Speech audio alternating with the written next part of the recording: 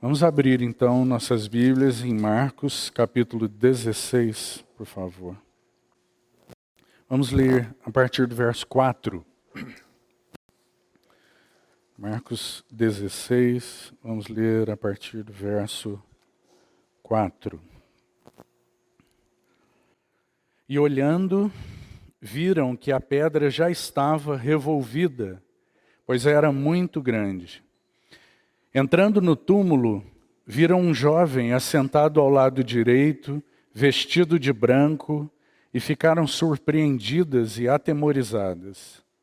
Ele, porém, lhes disse: Não vos atemorizeis. Buscais a Jesus, o Nazareno, que foi crucificado. Ele ressuscitou, não está mais aqui. Vede o lugar onde o tinham posto.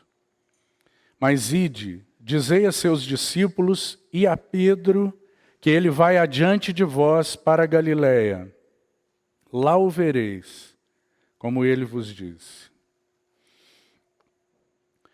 Senhor, te louvamos com tanta alegria nos nossos corações por podermos nos reunir em teu nome, sabendo com toda a segurança que o Senhor se reúne conosco. Que privilégio, Senhor, nós podermos nos assentar aos teus pés. Tu és nosso motivo, é para ti que nos reunimos. De tal maneira que se o Senhor não estiver conosco, nada tem sentido, Senhor. Nós desejamos que pela tua graça, cada um de nós seja impactado pela tua palavra nessa noite. Nós te suplicamos para que o Senhor faça isso conosco. Usa a tua poderosa palavra, Senhor, e fala a tua igreja. Nos ajuda naquilo que são deficiências nossas. Temos tantas ansiedades, Senhor, tantas preocupações. Temos tantas distrações. Tem misericórdia de nós e nos supre nisso, para que não haja perda daquilo que tu tens no teu coração para nós. Dá-nos hoje deste pão. Muito obrigado pela segurança que temos de que o Senhor vive e por isso nosso amanhã é tão seguro, Senhor. Graças nós te damos. Porque Ele vive, eu posso crer no amanhã. Graças, Senhor. Muito obrigado. Nós somos aqueles que têm esperança. Tu és a nossa esperança. Nós temos a Ti para sempre. Somos Teus. E o Senhor é nosso. E nada, nem ninguém pode mudar este fato. Glórias ao Teu nome. Nós Te adoramos por isso. E por isso também suplicamos, sê conosco, Senhor, durante este tempo que ainda temos de reunião. Oramos no teu doce nome. Amém.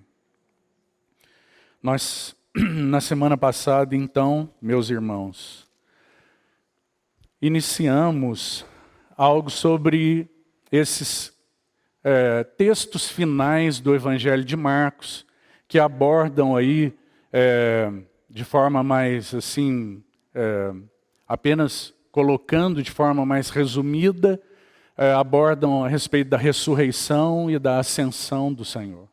E então, o Senhor nos tem ajudado tanto até aqui. Apenas para que nós nos lembremos, nós temos tido o privilégio, mesmo sendo tão inadequados, de nos aproximarmos dessa cena. E de nos dobrarmos e adorarmos ao Senhor, porque, como nos foi lembrado nesse domingo pela manhã, pelo nosso irmão Renan, nós temos uma certeza, como Jó tinha, uma certeza tão pulsante nos nossos corações, que nós sabemos que o nosso Redentor vive. E esta certeza, ninguém pode tirar de nós ou nos convencer do contrário. Porque é uma verdade depositada no seu coração e no meu coração. E ninguém pode remover isso graças ao Senhor. Mas essa verdade pode ser ampliada, crescida no seu coração e no meu coração. E nossa fé ser fortalecida. Porque, assim como o apóstolo Paulo ensina, se o nosso Senhor Jesus não ressuscitou, então a nossa pregação é vã, o nosso reunir aqui é vão, porque nós seríamos o quê? Nós estaríamos reunidos aqui para quê? A nossa fé seria vã e nós ainda permanecemos nos nossos pecados. Quantos problemas, não é, meus irmãos? Mas graças ao Senhor porque Ele ressuscitou e o túmulo está vazio. E há um testemunho dado ao teu coração e ao meu por revelação, pelo bendito Espírito Santo. Ele vive. Ele vive. E então eu e você nós podemos dizer, com segurança, nós sabemos. Graças ao Senhor. Então nós temos dito o quão fundamental é para a igreja esse assunto, essa verdade. Não é? A igreja e tantos elementos ou fundamentos da nossa fé que estão todos interligados, mas lá no centro nós temos a ressurreição. E tantas verdades dependentes dessa, como elos firmes, fundamentados, porque nós temos o bendito Espírito Santo de habitação, foi derramado sobre a igreja. Por quê? Porque Ele ressuscitou. Recebeu do Pai a promessa do Espírito e derramou isto que vedes e ouvis. Então hoje, eu e você, nós temos a habitação de Deus pelo Espírito. Seu Espírito veio morar em nós. Nós somos o corpo de Cristo, a igreja de Deus, coluna e baluarte da verdade. Sustentamos a realidade de que o nosso Senhor tem conosco um relacionamento vital. Nós não sustentamos um conjunto de doutrinas apenas, embora elas sejam tão essenciais para nós entendermos tudo a respeito da pessoa dele. Mas nós não sustentamos um conjunto de doutrinas apenas. Nós temos um relacionamento vital com o nosso Senhor Jesus. Então nós somos a igreja do Deus vivo, a casa de Deus. Ele habita em nós. Ele se revelou a nós. Ele trabalha na igreja e por meio da igreja. Que maravilhoso, irmão. Seu testemunho nessa terra, andando por essa terra, testemunhando a respeito do Senhor e aguardando até que todas as coisas sejam postas, manifestadamente postas por estrado dos seus pés. E então a multiforme sabedoria de Deus seja conhecida de todo o universo pela igreja. Que maravilhoso. Esses somos nós, o corpo de Cristo. Por quê? Lembre-se, porque o nosso Senhor ressuscitou. Então, o que nós dissemos na semana passada?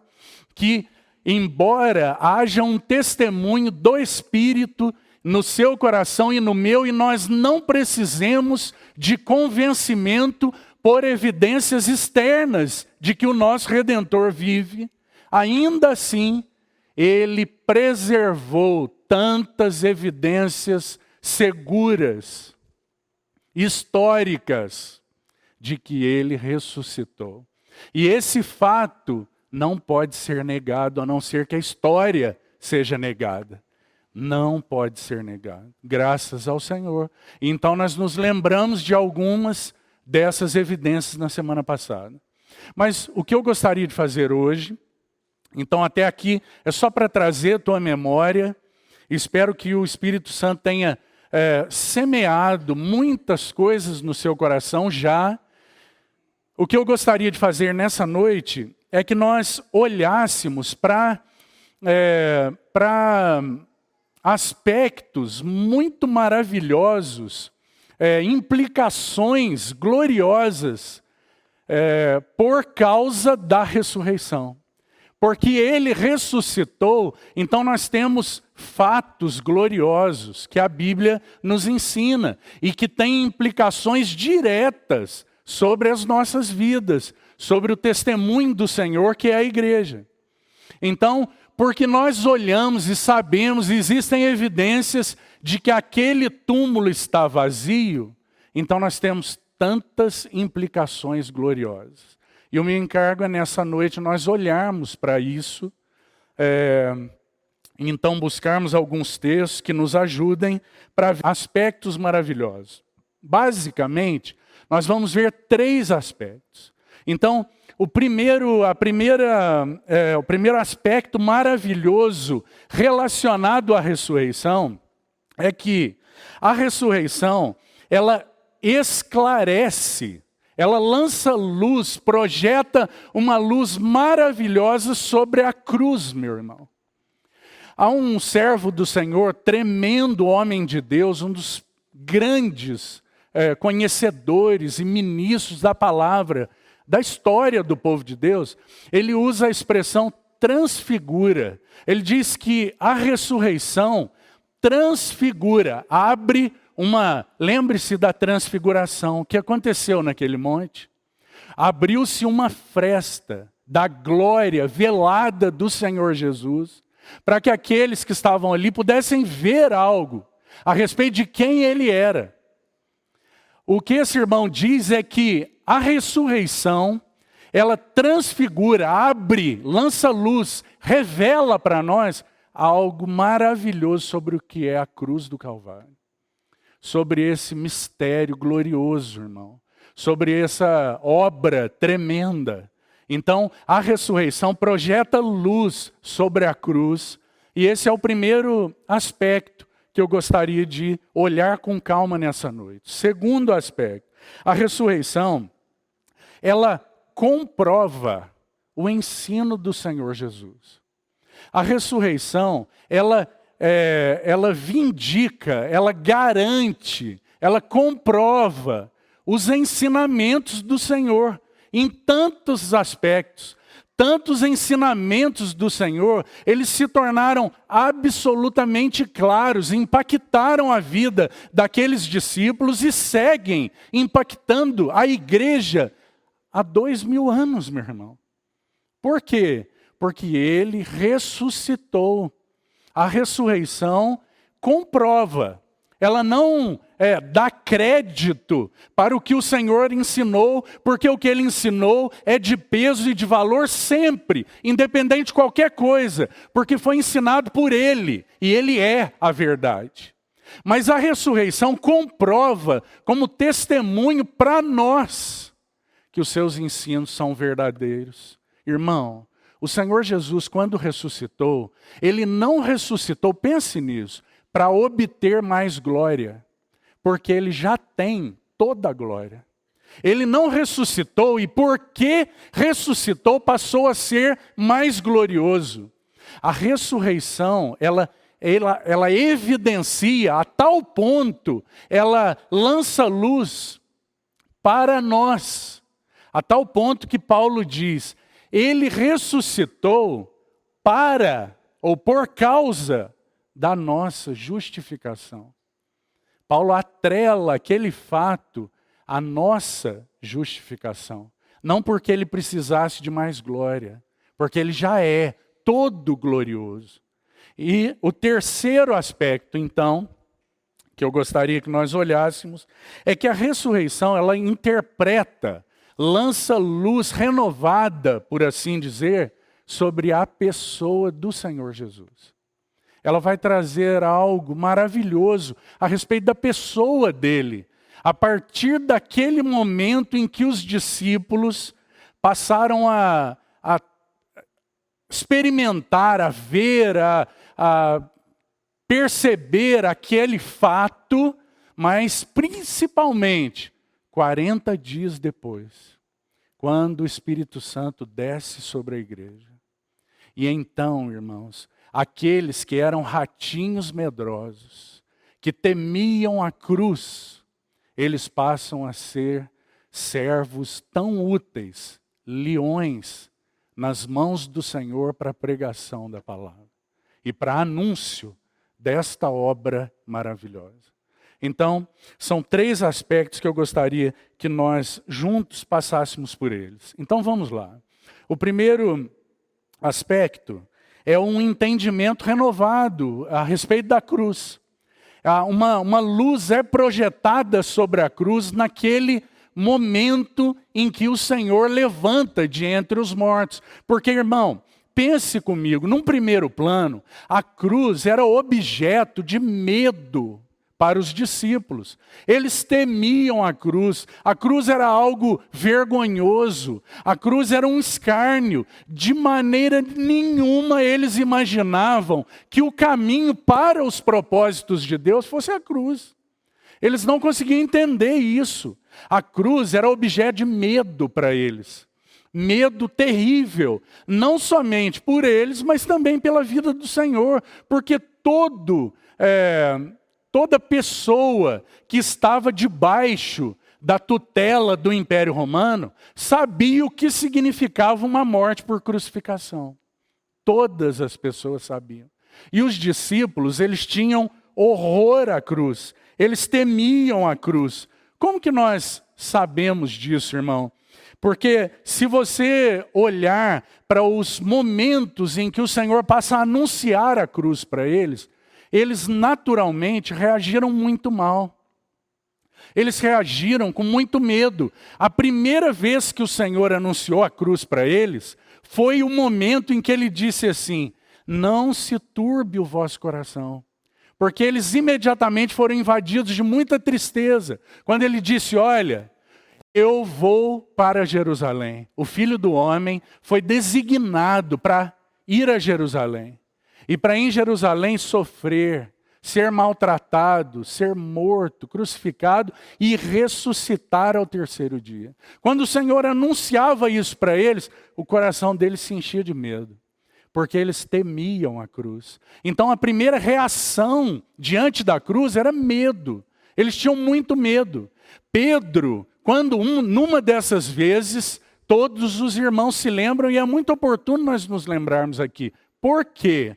Porque nós também, naturalmente, temos temores quanto ao caminho da cruz. Nós também temos temores quanto a andar no caminho da cruz.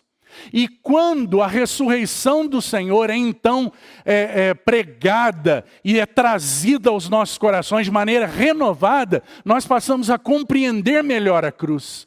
E nós passamos a compreender melhor o caminho da cruz. E olhamos para o nosso Senhor com outros olhos, olhos da fé renovados e fortalecidos. E então, eles tinham medo da cruz. Mas não só isso, a cruz era como um sepultamento de esperança para eles. Esperança que eles tinham com relação à cruz. Eles ouvindo e vendo que o seu Senhor estava numa cruz. Então todas as esperanças deles foram finalizadas, irmãos. Eles estavam absolutamente desanimados. O que acontecia no coração deles? Uma grande desesperança, um grande fracasso. Tudo acabou. Ele foi crucificado. Mas o que aconteceu para que isso fosse mudado? Por que no coração deles algo foi mudado? Porque, irmãos, eles tinham andado com Jesus. Eles tinham sido impressionados com aquela pessoa ou não tinham? Eles tinham sido impressionados com aquela pessoa. Eles tinham ouvido os ensinamentos do Senhor e visto os sinais que o Senhor fez. Eles estavam absolutamente impressionados. De alguma maneira, a mente deles estava esclarecida. Eles tinham tantas coisas guardadas na mente, tantas coisas guardadas nos seus corações. O Senhor só demonstrou amor por eles, cuidado por eles, mas eles precisavam de algo mais. E o que de algo mais que aconteceu, que foi um golpe mortal no medo e na desesperança deles. E o Senhor sabia tão bem disso, que Ele, inclusive, deu uma mensagem muito específica para todos eles. Olha, vocês sigam para a Galileia, porque lá nós nos veremos. E essa mensagem aqui, segundo Marcos, ela é tão específica que é mencionado em especial um dos discípulos. Digam aos meus discípulos e a Pedro. Que maravilhoso! Como o Senhor sabe o quanto o fato de que Ele ressuscitou deveria acabar com todo o medo da igreja, irmão. Ele ressuscitou e isso deveria dissipar todo o medo dos nossos corações. Porque Ele vive. E por isso eu tenho garantia segura e firme se nós, então, recebermos da parte do Espírito luz e mais luz a respeito desse assunto tão tremendo e desse fato de que nosso Senhor ressuscitou, então medo, desesperança, essas coisas vão cair por terra, na medida em que esse assunto da ressurreição vai se tornando mais claro para você e para mim. Mas não só isso. Na medida em que esse fato ocorre, então algo muda, irmão. Mas algo muda tão drasticamente que nós temos, por exemplo, nas palavras de Paulo, algo impressionante. Aqueles que tinham medo da cruz, aqueles que viam na cruz só um fracasso, aqueles que só viram o lado ruim da cruz, que tinham na cruz uma desesperança, acabou. Tudo que ele diz para nós a respeito do túmulo, do reino, acabou no túmulo. Era isso que ocupava o coração deles. Ficaram tão desnorteados que você se lembra, o Senhor havia designado, chamado eles de uma forma tão constrangedora, perfurante. Não foi um convencimento mental. Ele havia chamado aqueles discípulos. Mas a morte causou, a cruz causou no coração deles tanta desesperança que Pedro se levanta e fala, eu vou pescar. Ele não era mais um pescador, irmão. Agora ele era um pescador de homens. Mas ele se levanta e fala, eu vou pescar. E volta para aquela velha atividade. Por quê? Porque ele estava apenas vendo o lado sombrio da cruz. Mas na medida em que ele recebe uma notícia, e ele sai correndo de casa. E ele corre para chegar naquele túmulo, porque ele recebeu uma notícia. Ele não está lá. Ele não está lá, o túmulo está vazio. Então Pedro corre para lá. Porque essa notícia, para aqueles que tinham medo, mudou o coração deles. E a partir daquele momento, irmão, eles passaram a anunciar a morte. Eles passaram não somente a anunciar a morte, eles se tornaram pregadores da obra da cruz.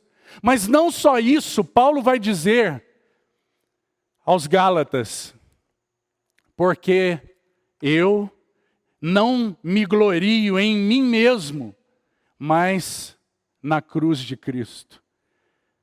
E nessa cruz, o mundo está crucificado para mim e eu estou crucificado para o mundo. Então aqueles que odiavam a cruz, aqueles que temiam a cruz, que viam só fracasso na cruz, agora eles se gloriavam na cruz. Por quê? Porque ele ressuscitou. Porque senão não tem sentido a pregação. E então eles se tornam agora instrumentos da pregação da ressurreição, a obra maravilhosa de morte e ressurreição do Verbo encarnado. Que maravilhoso, irmão.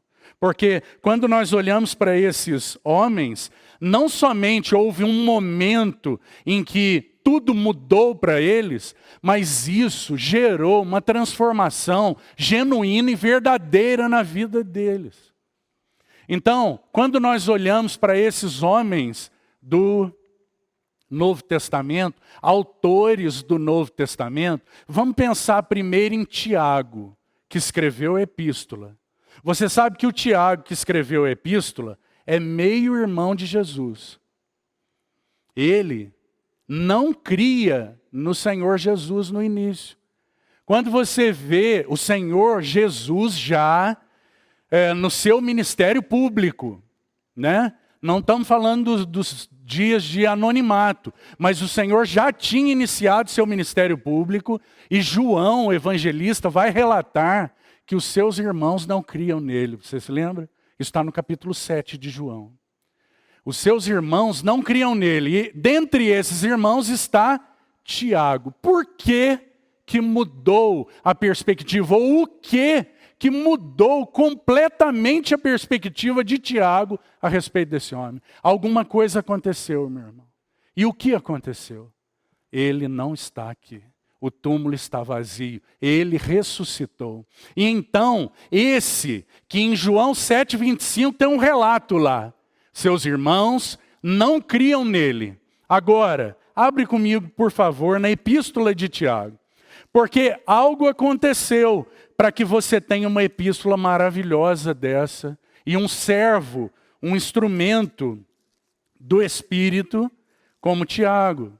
E o que Tiago, agora, o que nos chama muita atenção, é como Tiago vai se referir a esse homem, que no princípio era o seu meio-irmão.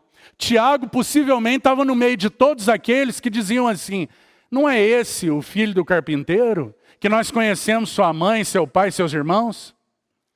Tiago certamente estava entre esses que não criam nele. Mas ele ressuscitou, meu irmão. E por isso houve um impacto tão tremendo na vida desse homem, que quando ele escreve sua epístola, ele vai fazer referência à pessoa de Jesus. Seu meio-irmão, lembre-se. Aquele que ele não cria. Mas veja o que ele diz em Tiago, capítulo 2, veja aí o verso 1. Meus amados, não tenhais a fé primeiro em nosso Senhor Jesus Cristo. Irmão, a ressurreição deu a eles condições de verem com toda a luz que o Senhor Jesus não é um homem qualquer. Que o Senhor Jesus não é aquele homem que Tiago olhava com desprezo para um meio-irmão seu.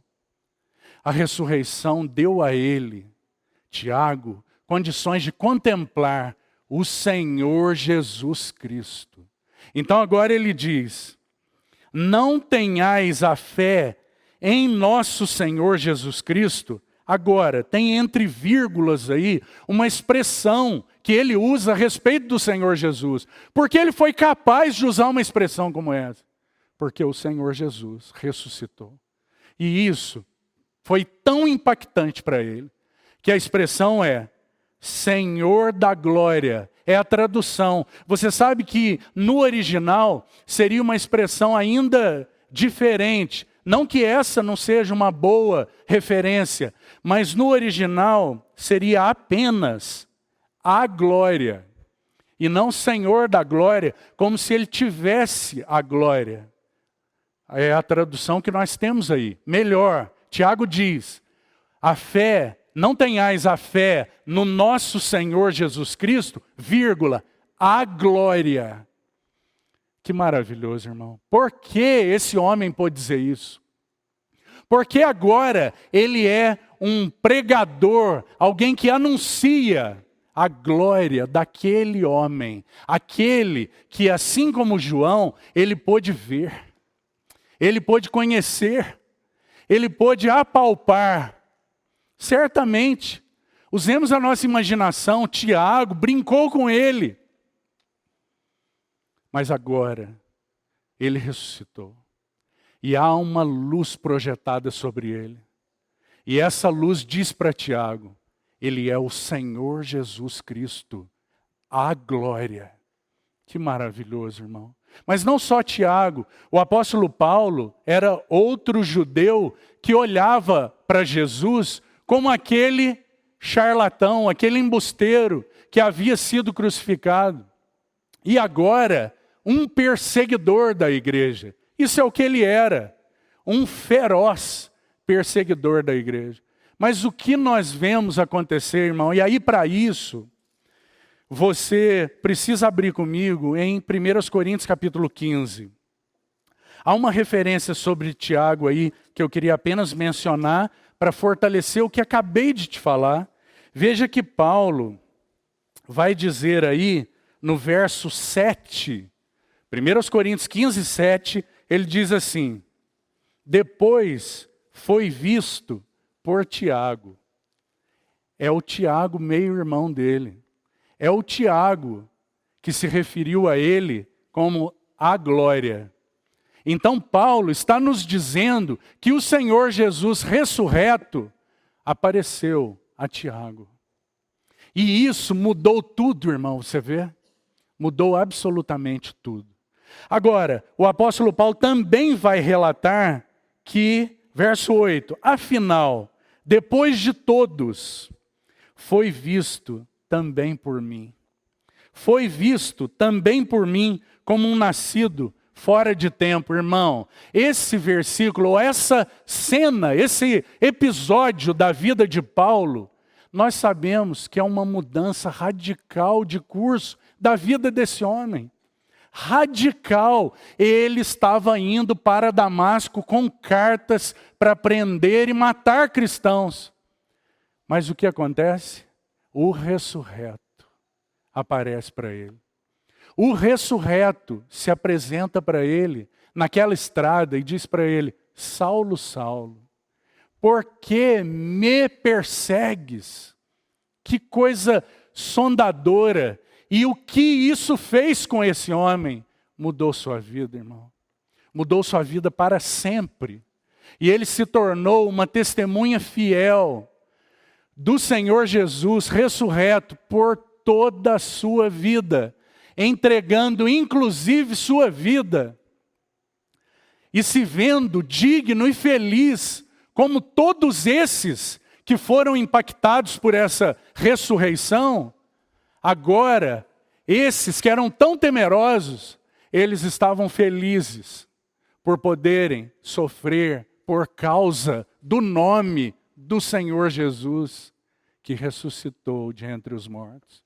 Que maravilhoso, irmão. Que impacto na vida desses homens. Veja como Pedro foi impactado. Pedro, nós sabemos que também, Paulo vai dizer aí, veja no verso 5, que ele apareceu a Cefas. O ressurreto, o Senhor Jesus, apareceu a Pedro, restaurando Pedro intimamente. Nós não temos nada a respeito desse encontro. Nós até imaginamos como pode ser esse encontro. Como será que foi o encontro dele com Tiago, seu meio-irmão? Como ele se apresentou para Tiago? Como ele se apresentou para Pedro? E qual foi o impacto? Como ele se apresentou para Paulo? O que aconteceu com esses homens, irmãos? Eles se tornaram verdadeiros leões, anunciando a obra da cruz e a ressurreição do Senhor de entre os mortos. A igreja primitiva se tornou um instrumento, como uma candeia de fogo ardente no meio daquela cena do Império Romano, de tanta oposição, de tanta perseguição. Por quê? Porque eles estavam imbuídos do fato de que ele vive.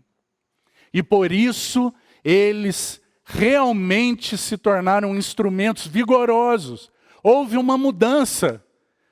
E é tão evidente para nós quando olhamos para a vida desses homens. O apóstolo Pedro, o que aconteceu? Abra, por favor, comigo em Atos, para que você veja algumas coisas a respeito de Pedro. Atos dos Apóstolos, capítulo 1. E veja como o impacto na vida de Pedro foi grandioso e que testemunha Pedro se tornou. Atos 1, verso 21.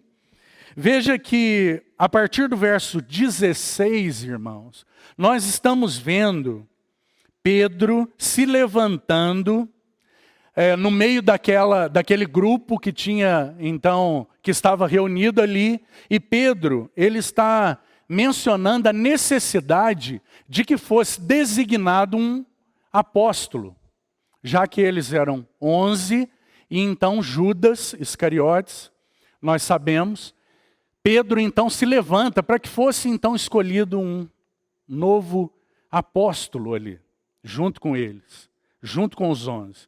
Então veja o verso 21, porque Pedro vai mencionar características que eram necessárias para ocupar junto deles essa função. Então, veja o que ele diz. É necessário, pois, que dos homens que nos acompanharam todo o tempo que o Senhor Jesus andou entre nós, veja como ele começa. Ele está dizendo, olha, tem muitos que andaram conosco, mas é necessário que esses que acompanharam o Senhor Jesus desde o começo, verso 22, começando no batismo de João, naquela primeira cena, quando o Senhor inicia o seu ministério público. Então ele está dizendo, começando no batismo de João, até o dia em que, dentre nós, foi levado às alturas, um destes que se torne testemunha conosco do que, irmão? Da sua ressurreição. Não é impressionante? Veja como a vida de Pedro e dos apóstolos e daqueles primeiros irmãos foi marcada profundamente. E a igreja então é detentora e é também marcada como a vida de cada um de nós aqui foi marcada. Com o fato de que nós cremos e sabemos que o nosso Redentor vive. E então Pedro, quando vai designar Matias, ele diz, ele precisa ser conosco. Ele precisa ter participado desde o início para ser conosco uma testemunha. Ele poderia dizer tantas coisas, não poderia, irmão? Eles poderiam ser testemunhas de tantas coisas a respeito do Senhor Jesus, tantas coisas gloriosas, mas por que Pedro vai no cerne? Porque ele foi impactado por esse fundamento da nossa fé cristã. Então ele diz que seja uma testemunha da ressurreição. Olha, você sabe que o apóstolo Pedro então faz essa pregação tremenda no capítulo 2, e aí ele vai mencionar a ressurreição, mas olha o capítulo 4, por favor. Capítulo 4, verso 2. Vamos ler 1. Falavam eles ainda ao povo, quando sobrevieram os sacerdotes, o capitão do templo e os saduceus. Ora, irmão, esses eram aqueles medrosos, aqueles que temiam as autoridades. Mas agora algo diferente havia acontecido. Algo havia lançado luz sobre aquela cruz rude, sobre a qual o seu Senhor havia sido levantado. E então, ressentidos todos esses, por ensinarem eles o povo e anunciarem em Jesus, o que eles anunciavam? A ressurreição dentre os mortos. Veja que maravilhoso, irmão. Olhe mais um verso, ainda no capítulo 4, verso 33, apenas mais um verso. Vamos ler o 32. Da multidão dos que creram, era um o coração e a alma. Ninguém considerava exclusivamente sua, nenhuma das coisas que possuía. Tudo, porém, lhes era comum. Com grande poder, os apóstolos davam testemunho do que, meu irmão? Da ressurreição do Senhor Jesus. Parece que a igreja vivia de forma marcante, viva, pulsante. Aqui o Espírito Santo já havia descido sobre a igreja. Nós já temos a igreja. Então eles tinham um coração e uma alma. Não consideravam como exclusivamente sua nada das coisas que possuíam. E sobre o que eles estavam fundamentados? Os apóstolos pregavam, faziam sinais, davam testemunho com grande poder da ressurreição do Senhor Jesus. E em todos eles havia abundante graça. Que maravilhoso. Você vê como a cruz foi transfigurada pela ressurreição. E agora eles sim podiam, como o apóstolo Paulo diz aos Gálatas, Gálatas 6,14, eu não me glorio em nenhuma outra coisa senão na cruz do nosso Senhor Jesus. Eu agora me glorio na cruz do nosso Senhor. Como passou a se tornar claro para eles o significado da cruz. Então esse é o primeiro aspecto. A ressurreição esclarece, transfigura, traz entendimento a respeito da cruz e do caminho da cruz para nós. Que o Senhor nos ajude, meu irmão, para que nós sejamos essas testemunhas de que nós não somos um povo que vive uma vida limitada apenas ao tempo que nós temos de vida nessa terra. Porque se nós vivermos assim, você se lembra o que o apóstolo Paulo diz? Ele diz no capítulo de Coríntios 15, ele vai dizer que se nós vivemos com esperança apenas nessa vida, nós somos miseráveis. Os mais infelizes de todos os homens. Você vê, meu irmão? Por que Paulo diz isso?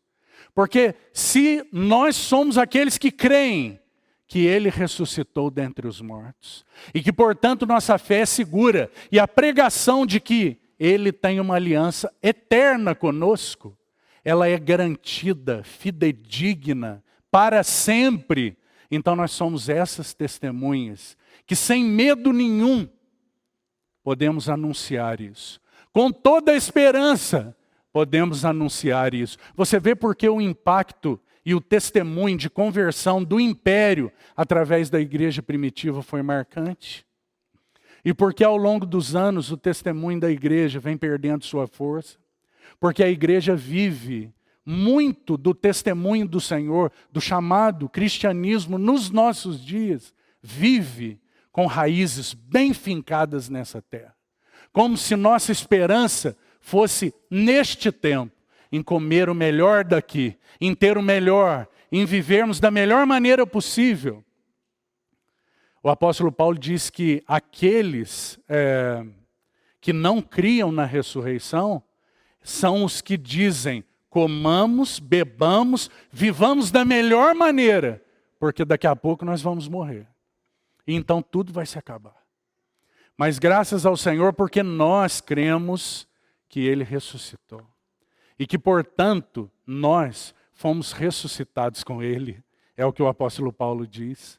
Porque fostes, lembra-se, Colossenses, porque fostes ressuscitados com Cristo, juntamente com Cristo. Então agora, pensai nas coisas lá do alto, onde Cristo vive assentado à direita de Deus. Que maravilhoso, irmão. Que qualidade de vida é a que nós deveríamos ou devemos ter.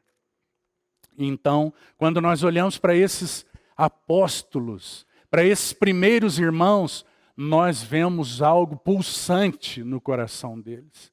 E que o Senhor recupere isso nesses dias. Essa vibrante, encorajadora atmosfera de testemunho de que o nosso Redentor vive. E então isso irá impactar esse mundo. Esses irmãos, eles foram instrumentos poderosos do Senhor. Segundo aspecto. Primeiro, então, um entendimento renovado a respeito da cruz. Por que isso foi possível? Porque o túmulo está vazio. A ressurreição projeta luz sobre a cruz. Segundo aspecto, a ressurreição ela comprova, garante, ela vindica, ela exige uma restituição no coração de todo homem a respeito dos ensinos do Senhor. Porque as palavras de Jesus para sempre estão firmadas no céu. Mas por causa da ressurreição, esse lugar do ensino de Jesus foi restituído diante de todo homem. A ressurreição vindica, a ressurreição comprova todos os seus ensinamentos. Então, veja, irmão, que o Senhor ensinou tantas coisas. Ele ensinou tantos valores. Por exemplo, o Senhor ensinou, e isso foi comprovado pela ressurreição, ele ensinou que o espiritual é sobreexcelente, tem supremacia sobre o natural, sobre o físico.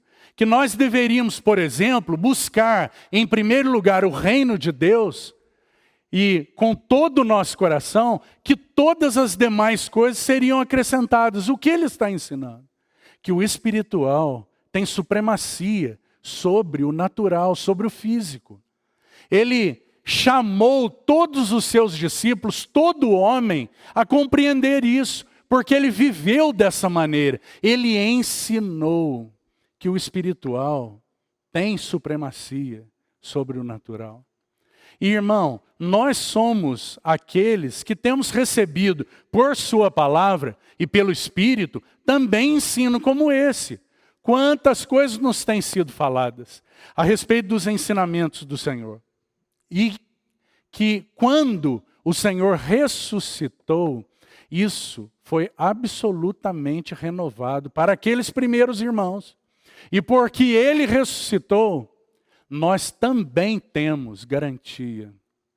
Nós também temos restituição desses ensinamentos a um lugar devido em todos os corações, daqueles que são dele, mas também de todo homem. O Senhor Jesus desafiou então o homem a buscar em primeiro o reino dos céus. Ele lembrou que se eles fizessem assim, tudo mais seria cuidado e acrescentado, desafiando os seus discípulos a seguirem dessa maneira. Ele foi quem disse para eles que eles não deveriam temer os homens. Ele disse, vocês não precisam temer homem nenhum, porque o que me pode fazer a carne? O que me pode fazer o homem? Ele disse, eles só podem fazer algo contra o físico. Eles só podem matar o corpo. Lembra? O que o Senhor estava ensinando? Que o espiritual tem supremacia sobre o natural, sobre o físico. Mas isso não quer dizer que o físico não seja importante. Então, quando o Senhor ressuscitou, tudo isso foi ratificado. Aquele homem que ensinou que nós deveríamos buscar em primeiro o reino dos céus, aquilo não morreu no túmulo, porque ele não está no túmulo, ele está ressurreto. E ele garante, ele está vivo, e ele garante que essa é a qualidade de vida sobreexcelente para todo homem. E que esse é o chamamento para mim e para você. Para que nós o sigamos. Para que nós o sigamos por esse caminho sobreexcelente. E então, ele, além disso, irmão, além de convencer, de ratificar pela ressurreição, que o espiritual tem seu valor na vida desse homem glorioso, que levanta do túmulo, ele não apenas dignifica, confirma que nós fomos chamados para realidades espirituais, mas ele também atesta com sua ressurreição que o físico é sagrado. Nos dias do Senhor Jesus era corrente a filosofia dos gregos. Por exemplo, 400 anos antes do Senhor Jesus, Platão, por exemplo, dizia que o corpo, que o físico, que a matéria é má. E que, portanto, se há um caminho para se livrar do pecado, é se livrar do corpo. Porque o corpo, a matéria, é má. Era isso que os filósofos diziam. Mas o que acontece com esse homem? Esse homem levanta do túmulo, irmão. Mas ele levanta do túmulo com um corpo. Ele levanta do túmulo com um corpo glorificado. É certo que com um corpo glorificado, mas com um corpo que traz marcas da sua vida física. Porque quando ele se levanta, ele foi reconhecido pelos seus discípulos. Eles souberam que era ele. Eles viram as marcas que ele tinha adquirido no seu corpo físico. Mas agora, um corpo espiritual, não mais retido pelos aspectos físicos, mas ele levanta do túmulo, mostrando que o físico, o natural, é sagrado. É por isso que nós somos ensinados pelos apóstolos e pelo Espírito através deles, que o nosso corpo é templo do Espírito Santo. Sim, nós sabemos que todos aqueles que dormiram em Cristo, seus corpos retornaram ao pó. Mas também há uma garantia para nós que assim como ele levantou de entre os mortos com um corpo glorificado, nós, aqueles que não estiverem aqui, aqueles que tiverem dormido em Cristo, também levantarão de entre os mortos com corpos semelhantes ao corpo da sua glória. E aqueles que estiverem aqui serão, num abrir e piscar de olhos, serão renovados nos seus corpos. Graças ao Senhor. Então o Senhor Jesus ensinou que o corpo é sagrado na sua ressurreição. Ele ensinou que o espiritual tem supremacia, mas ele não desprezou o corpo, embora ele pudesse, meu irmão. Mas ele se levanta com o corpo humano. Ele toma café naquela praia com os discípulos. Ele come naquela praia. Eles reconheceram ele. Ele levanta cedo. Ele tinha um corpo, irmão. Que maravilhoso que é isso. Porque nós saberemos, de alguma maneira, irmão. E a Bíblia não é clara sobre isso. E nem importa para nós como isso será em cada detalhe. Mas o que importa para nós é que nós saberemos bem quem nós somos. Porque nós não perderemos a nossa identidade. Ela será mantida, porque o Senhor Jesus se levantou e ele se apresentou para Tomé e disse para Tomé: um fantasma não tem corpo como eu. Põe aqui o teu dedo, leva a tua mão aqui ao meu lado.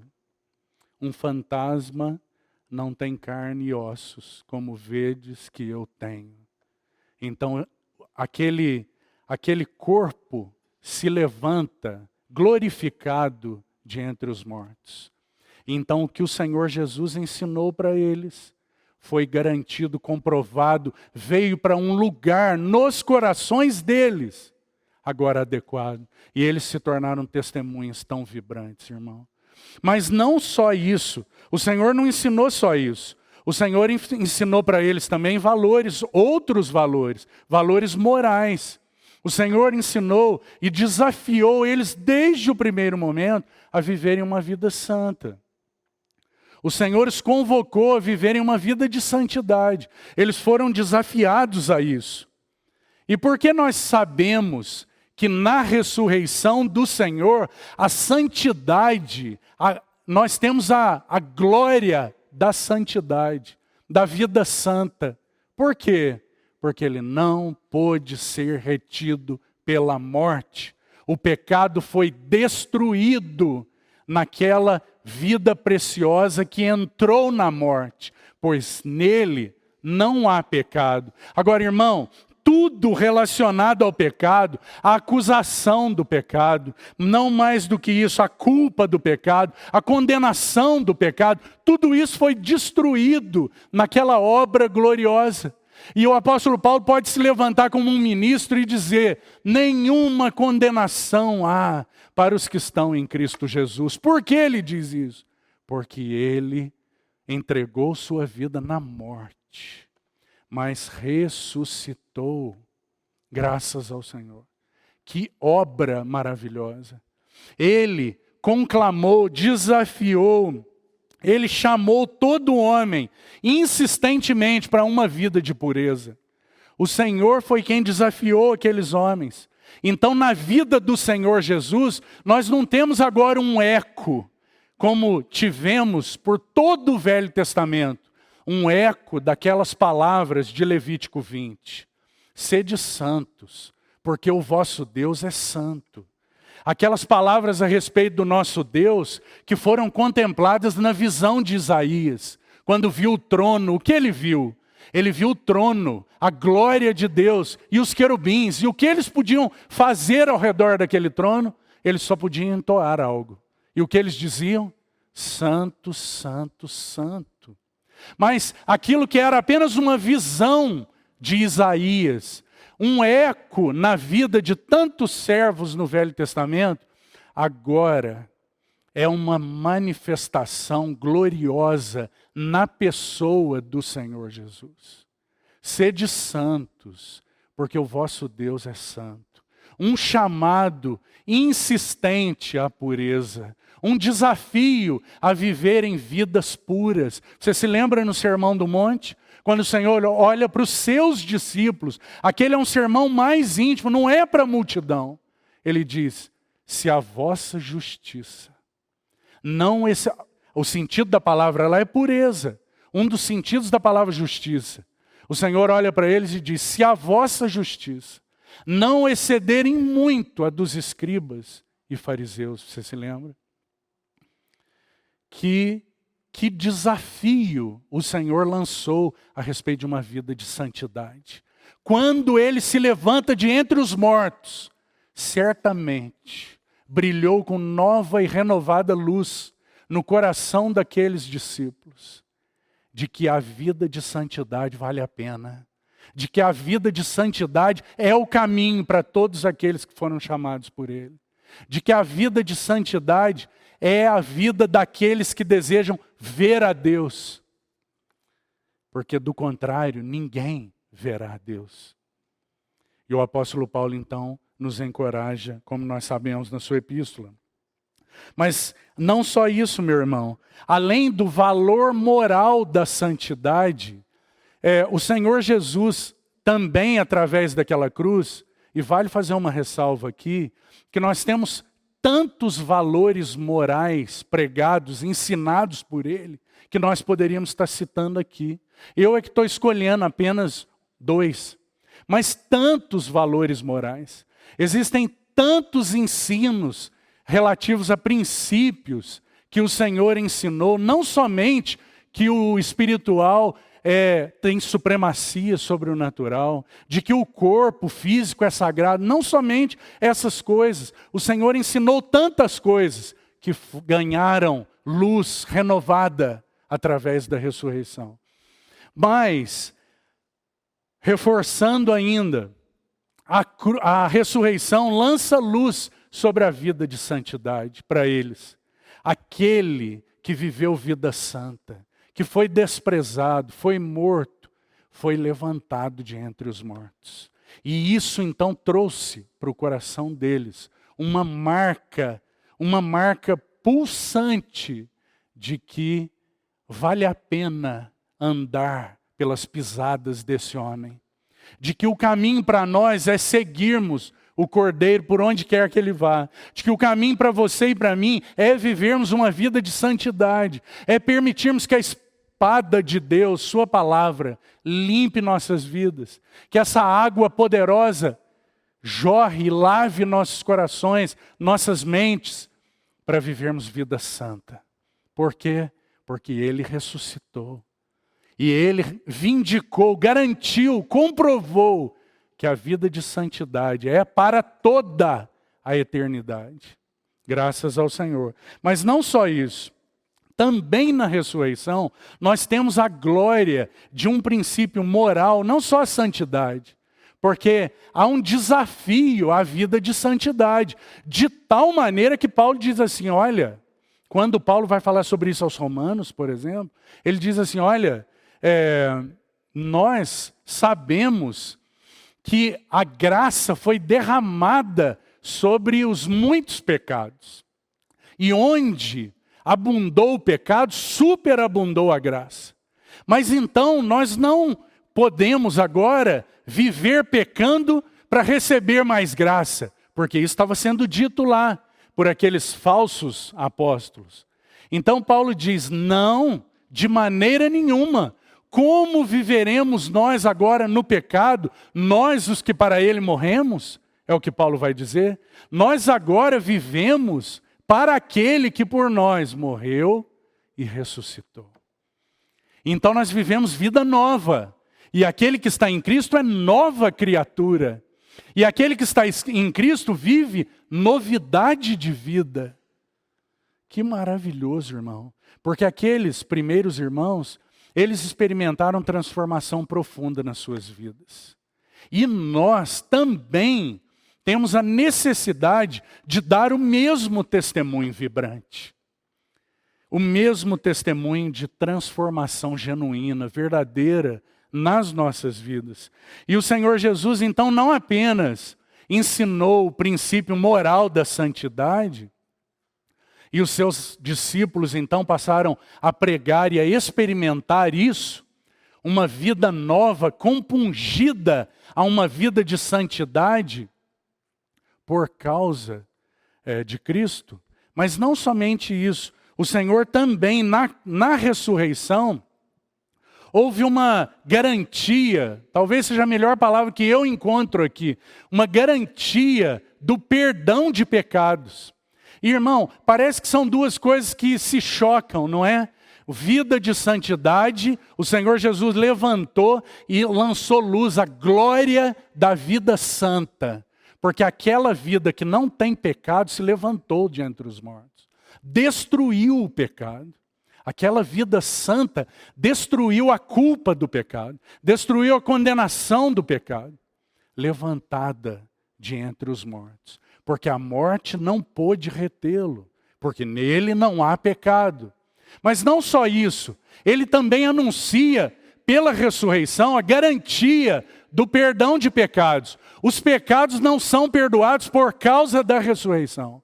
Os pecados são perdoados por causa do sangue. Porque sem derramamento de sangue não há perdão ou remissão de pecados. Nós sabemos. Mas o fato de ter sido ele levantado de entre os mortos dá um selo para esta obra. Aceita, a oferta pelos pecados foi totalmente aceita pelo Deus Santo. Então esse homem foi levantado de entre os mortos. E porque ele foi levantado de entre os mortos, há um princípio, um ensino que é garantido, vindicado. Os pecados foram perdoados. Que maravilhoso, irmão. Os nossos pecados foram perdoados. E agora, aqueles que foram perdoados têm uma inspiração moral para viverem vidas santas. Que lindo, que maravilhosa vida é então comunicada a nós. Que experiência, que desafio para você e para mim. Como aquece o coração do homem saber que os nossos pecados foram perdoados, irmão. Porque se ele tivesse ficado retido no túmulo, sua vida santa não garantiria para nós a evidência, a marca, o selo de que o homem tem agora vida diante de Deus para sempre. Que maravilhosa obra nosso Senhor Jesus realizou. E por causa da sua ressurreição, então agora nós temos garantia de que os pecados foram perdoados. Perdão pelo sangue, mas selo pela ressurreição. A ressurreição evidencia, garante para nós. Agora, no tempo que nós temos, eu gostaria de apenas destacar um último ponto sobre o ensino do Senhor e então o terceiro aspecto para nós encerrarmos. Um último ponto sobre o seu ensino é que ele ensinou a beleza da vida sacrificial, meu irmão. Ele ensinou a beleza de uma vida de sacrifício. E quando ele se levantou de entre os mortos, esse ensino, ele foi ratificado, ele foi comprovado, a beleza da vida sacrificial. A obra da redenção, ela realmente brilhou naquela vida sacrificial, naquele amor mais puro que foi desprezado. Ele amou, ele declarou a força do seu amor, ele declarou a força de não viver para si mesmo. Você se lembra? Quando ele estava pendurado naquela cruz, o que ele ouviu? Salvou os outros, mas a si mesmo não pode salvar. Ele declarou a força de viver uma vida não para si mesmo, não para os seus próprios interesses. E eles ouviram aquilo e esse homem foi desprezado, morto. E tudo então num primeiro momento ficou silenciado no túmulo. Mas ao terceiro dia, ele se levantou.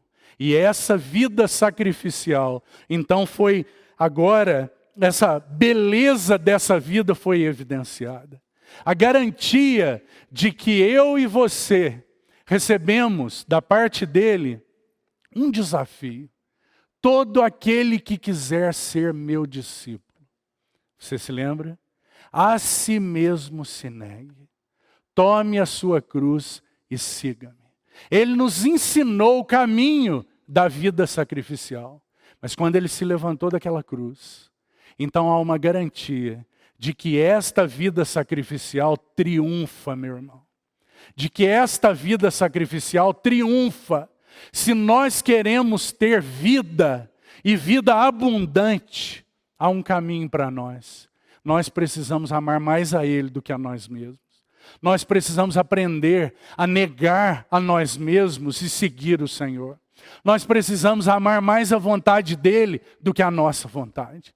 Nós precisamos nos dispor a sermos gastos em favor dEle e dos irmãos, porque isso triunfa em Cristo.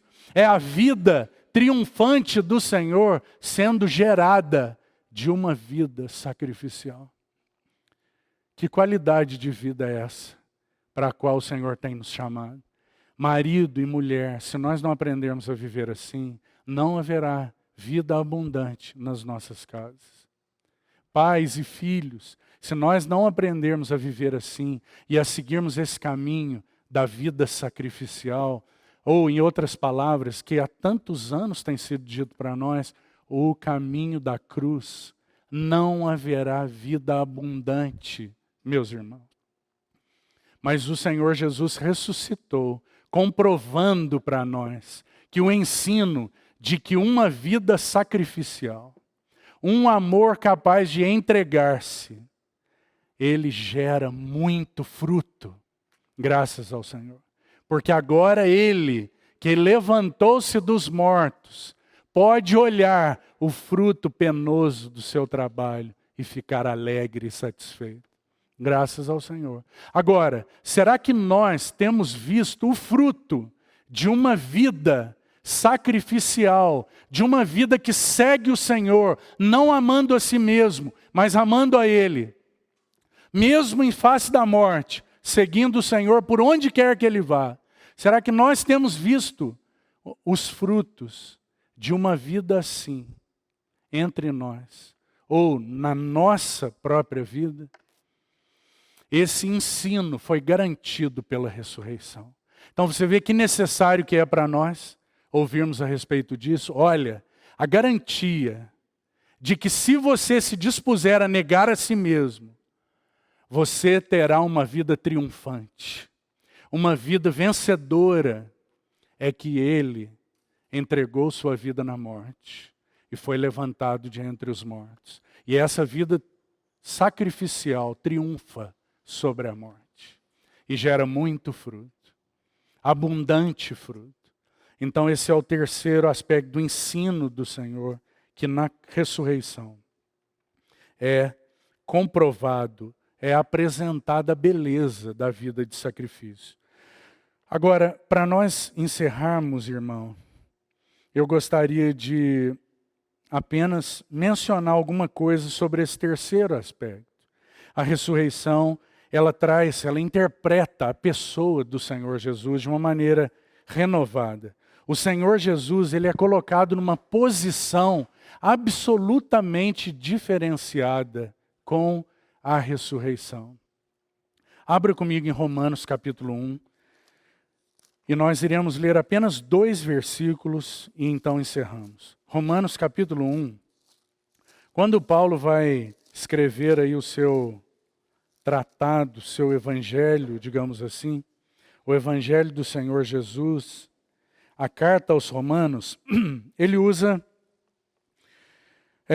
uma expressão maravilhosa no capítulo 1, nos primeiros versos. E ele diz assim, vamos ler desde o verso 1. Paulo, servo de Jesus Cristo, chamado para ser apóstolo, separado para o evangelho de Deus, o qual foi por Deus outrora prometido por intermédio dos profetas nas sagradas escrituras, com respeito a seu filho, preste atenção agora, com respeito a seu filho, o qual, segundo a carne, veio da descendência de Davi. Então Paulo, ele está indo lá no início da encarnação do verbo. Então ele está dizendo, olha, esse evangelho diz respeito ao verbo encarnado. Aquele que, segundo a carne, veio da descendência de Davi. Agora, o verso 4 diz assim, e foi designado Filho de Deus com poder, segundo o Espírito de santidade, pela ressurreição dos mortos. A saber, Jesus Cristo nosso Senhor. Tem uma palavra aí, irmão, que é muito significativa. É a palavra designado. O Senhor Jesus foi designado, teve algo a respeito dele pela ressurreição dos mortos, é o que Paulo diz. E a palavra que ele usa é designado. Então a ressurreição designou algo a respeito desse homem. Ela lança luz a respeito dessa pessoa bendita. Ele foi designado. A palavra grega aí é uma palavra importante. A palavra grega é orizo, de onde vem a nossa expressão no português horizontal. O que o apóstolo Paulo e o Espírito Santo estão tentando nos dizer é que, quando esse homem foi levantado de entre os mortos, ele foi colocado numa posição como aquele nascente do sol no horizonte. De modo que todo homem, e os seus discípulos principalmente, eles tiveram que reconhecer que ele é designado Filho de Deus pelo Espírito de santidade. Há uma designação especial, diferenciada sobre esse homem. Ele não tem pecado. Ele é o homem segundo o coração de Deus, designado pela ressurreição dos mortos. A ressurreição coloca o Senhor Jesus em uma posição como homem diferente, superior, evidente, para que ele seja contemplado na sua posição de senhorio. Irmão, isso é manifestado, essa é a palavra. Essa designação é uma manifestação. Para usar a palavra bem fiel lá, ele é horizontalizado pelo Espírito como Filho de Deus, com poder, segundo o Espírito de santidade, pela ressurreição dos mortos. Esse homem é então elevado a um lugar de destaque tal que os evangelistas, os escritores do Novo Testamento vão dizer, ele se assentou à destra da majestade nas alturas, recebendo um nome que está acima de todo nome. E sendo então colocado em um lugar tão excelente, sobre-excelente, o lugar mais elevado do universo. E isso acontece porque ele se levanta de entre os mortos. E então é elevado aos céus, é a sua ascensão, e ele é designado como homem ressurreto e perfeito, à destra da majestade nas alturas. Agora, um último texto, João, Evangelho de João, capítulo 20. Esse ressurreto, no capítulo 20 de João, Tomé, como nós sabemos, ele se encontra com o ressurreto. Tomé vai se encontrar com o ressurreto. Como tantos outros se encontraram, irmão. Mas tem algo, dois detalhes que eu gostaria de destacar aqui para você, nesse terceiro aspecto. por causa da ressurreição, esse homem é designado, é manifestado de uma maneira sobreexcelente. E então, agora, ressurreto, ele se encontra com Tomé. E a partir do verso 26, você vê que os versos de 24 e 25, é dito que Tomé não estava com eles quando o Senhor apareceu entre eles na primeira vez. E ele então disse, se eu, verso 25, parte final, se eu não vir nas suas mãos o sinal dos cravos, e ali não puser o meu dedo, e se eu não puser a minha mão no seu lado, de modo algum acreditarei. Esse é Tomé. Então agora, o ressurreto Senhor Jesus vai se encontrar com Tomé. Então algo maravilhoso acontece. Por quê? Porque esse homem, por causa da ressurreição, é elevado a uma posição tão sobreexcelente. E Tomé vai nos ajudar a ver isso com as suas palavras.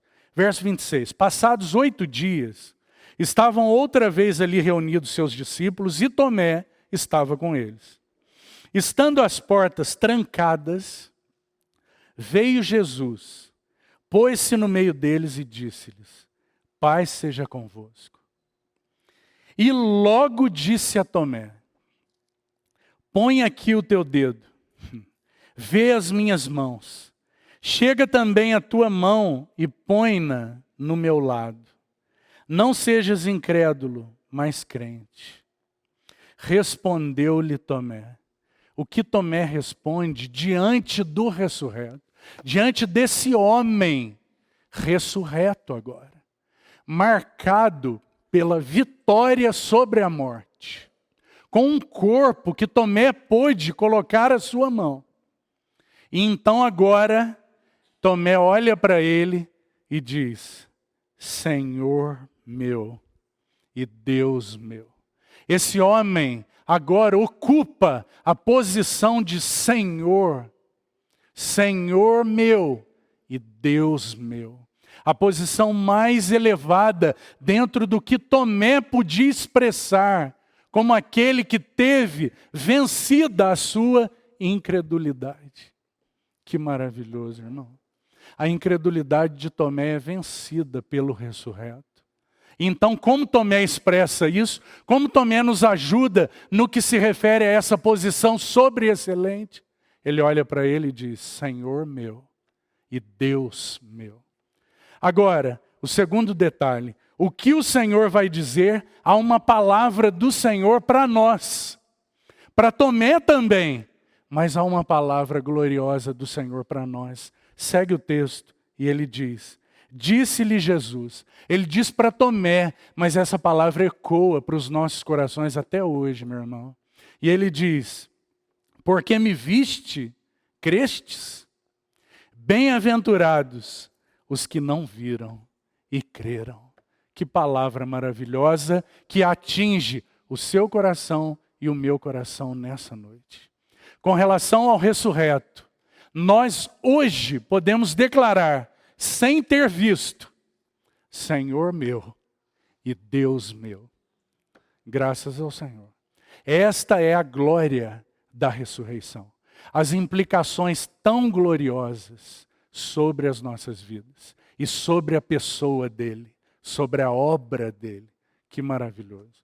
Que o Senhor constranja nossos corações em adoração, porque ele é digno.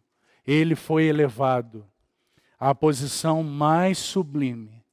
Um homem assentado à destra da majestade nas alturas. Um homem assentado no trono. E então quando João olha para ele vivo, ele destaca as marcas da sua obra. E ele diz, eu vejo um cordeiro.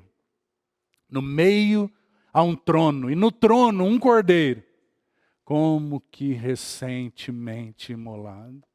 Que maravilhoso. Por quê? Porque os efeitos daquela obra gloriosa, do derramamento do seu sangue, são perenes e eternos. e tem efeito sobre as nossas vidas. E nós somos desafiados, meus irmãos, a vivermos uma vida espiritual, porque Ele vive. Nós somos desafiados a vivermos uma vida de santidade, porque Ele vive. Nós temos os nossos pecados perdoados. E se alguém pecar, todavia, temos advogado junto ao Pai, para nos perdoar e purificar de todo pecado. Por quê? Porque Ele ressuscitou. Graças ao Senhor. Que o Senhor siga falando aos nossos corações. Vamos orar. Senhor, te bendizemos com tanto júbilo nos nossos corações, porque Ele não está mais aqui. Venham e vejam o lugar onde Ele foi colocado. Ressuscitou. Graças, Senhor. Glórias ao Teu nome. Ele não pôde ser retido pela morte. E agora a igreja tem um cântico de vitória. Onde está, ó morte, o teu aguilhão? E nós somos desafiados a vivermos uma nova vida transformada, com marcas do caráter do nosso Cristo, porque Ele nos deu vida nova por meio de sua obra gloriosa. Muito obrigado, Senhor. Muito obrigado.